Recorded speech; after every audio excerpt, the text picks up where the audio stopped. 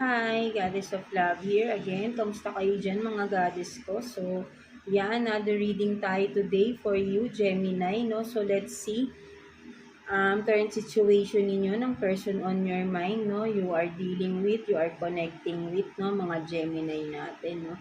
So, let's see ano yung overall energy ng relationship, situationship ninyo ng person on your mind, no? Kuha tayo ng one card here. Overall energy ng inyong relationship ng person on your mind, mga Gemini natin. Let's see. Tignan natin. One card for you, Gemini. So, you have this, no?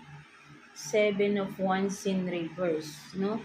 So, ang nakikita ko rito, no, overall energy ninyo, ng relationship ninyo, ang Gemini is full of conflict, no? Full of, sabihin natin na pag-aaway, yan nakikita ko. And with the reverse here, no, parang mas malala yung pag-aaway na nakikita ko. Parang magulo, no? May magulo, no? Something like that, no? So, ayun yung nakikita ko rito, no? So, let's see, no, what else. Kuha pa tayo ng additional messages for you, Gemini natin. Nakuha tayo ng additional messages for Gemini. Tingnan natin. Kuha tayo dito ng 2 cards for you, Gemini. Person on your mind, ng mga Gemini natin. Tingnan natin. 2 cards for Gemini. Let's see.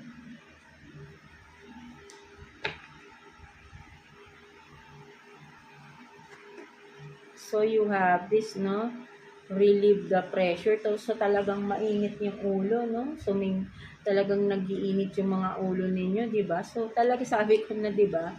Talagang lagi kayong, may pagtatalo talaga rito, no? So, meron, don't push me, no? So, hindi talaga, kumbaga sabihin natin na pares kayong mainit palagi ang ulo ng tao na ito, no? Gemini natin.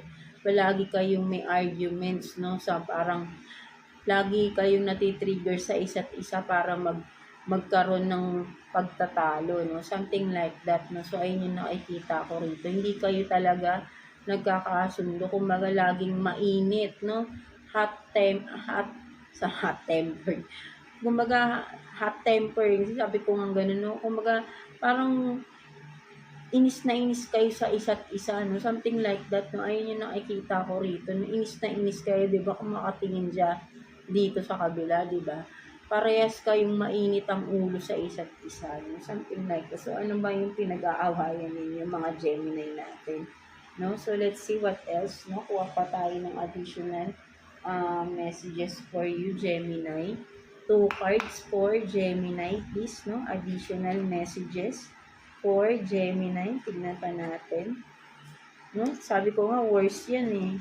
Kasi, yung 7 of Wands, kasi kung makikita mo si 7 of Wands, kung hindi siya naka-reverse, makikita mo, basta parang ang yabang-yabang na, but then naka-reverse pa, so ibig sabihin, mas worse pa sa mayabang. So, parang yun yung nakikita ko nga, no, kung nag-aaway kayo, mas worse pa yung pag-aaway ninyo sa natural na pag-aaway, no? Something like that, no, mga Gemini natin. So, let's see. Kuha pa tayo ng 2 cards for you, Gemini. Tingnan pa natin. So, insecurities, no? Self-esteem. And then, between the lines, no? Look for what's... okay.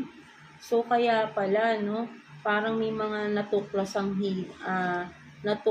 mga sikreto pala dito, Gemini. That's why, kung sino man tong naglihim, kung ikaw ba to o yung person mo, that's why parang yung isa, no, kung ano man yung natuklasang lihim dito is nagkaroon ng insecurities tong tao na to, no, something like that, no. So, kung sino man sa inyo yung parang nawalan ka ng tiwala, no, something like that, no. So, yeah, that's why parang kaya pala laging magulo dahil may mga sikretong nabunyag dito, no. Ayun yung nakikita ko rito. And that made you feel insecure, no, mga Gemini natin, no. So, ayun yung yeah, kung insecurities, no, maybe third party, di ba? Hindi ka naman ma-feel insecure kung walang involved na ibang tao, 'di ba? So maybe may cheating na natuklasan dito, no, for some of you, no, mga Gemini natin.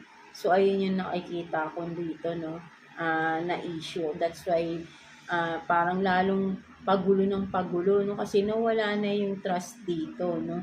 So hindi na talaga kayo magkakasundo, no. Sa bagay, ang hirap kasi, 'di ba? Ang trust, ang hirap ibigay niyan. I mean, madali lang ibigay yan sa tao na yung trust. But then, once na nasira yan, ang hirap ibalik, di ba? Ang hirap buuin yan, di ba? Ng trust na yan, once na nasira yan, di ba? Something like that, di ba? Mga Gemini na. So, ayun yung nangyayari sa inyo. That's why, ang hirap ng araw-araw nyo na parang feeling mo, lagi kang lang niloloko ng person mo, no? Something like that, no? So, yeah, tingnan natin. What's the message advice for you ni Universe to, mga Gemini? Kuha tayo ng 2 cards for you, Gemini. Tingnan natin.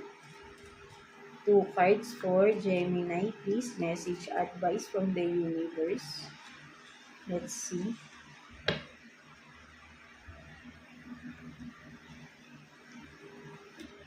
So, you have this, diba, decluttering talaga, no? So, and then, endless serendipity. No, so ang nakikita ko dito, mga Gemini, no, sinasabi sa iyo dito.